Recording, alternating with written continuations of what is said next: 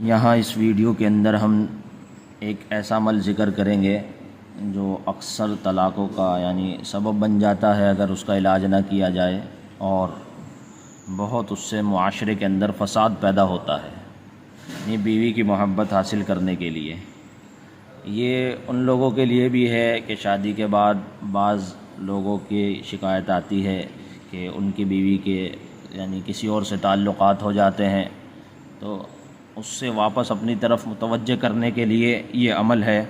اور اگر کوئی ایسی نوبت نہ ہو اور بیوی اس سے لڑتی جھگڑتی ہو تو اس کو محبت حاصل کرنے کے لیے یہ ہے۔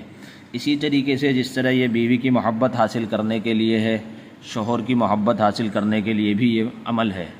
بعض مرتبہ اس کا برعکس ہوتا ہے، شوہر باہر کہیں اور دوسری عورتوں سے لگا ہوا ہوتا ہے اور بیوی کی طرف رغبت نہیں ہوتی، تو یہ بیوی سے محبت کرنے کے لیے اور شوہر سے محبت کرنے کے لیے بھی ہے۔ جو طالب ہو وہ اس عمل کو کرے، طلبگار ہو۔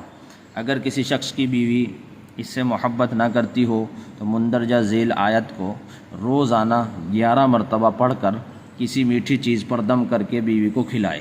یہ جو آیت ہم آگے ذکر کر رہے ہیں اس کو پڑھ کے کسی میٹھی چیز پر پھونک مارے اور پھر وہ کھلائے۔ اگر روزانہ ممکن نہ ہو تو تیسرے دن ہر تیسرے دن یہ عمل کر لیا جائے۔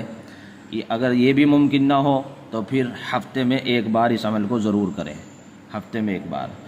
وہ عمل کیا ہے کہ یہ آیت یہ رہی، دیکھیں۔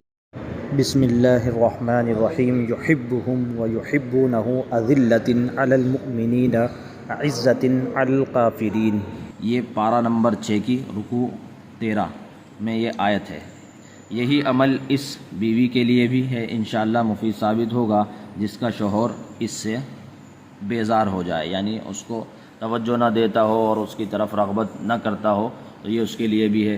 اور بہت سے علاج جو ہیں ہمارے ادارے سے بتائے جا رہے ہیں۔ یہ ادارہ دارالعملیات ہے، عملیات کا کورس کرایا گیا ہے، اس کے بعد اب یہ علاج کے طریقے بتائے جا رہے ہیں۔ اس سے پہلے کی ویڈیو میں ہم نے تعویذ کے اصول پر اور اصول تعویذ پر بہت سی ویڈیو بنائی ہیں، اور وہ ایک کورس چلتا آ رہا ہے، وہ مکمل ہو گیا ہے۔ اب اس کے بعد یہ علاج کے طریقے بتا رہے ہیں۔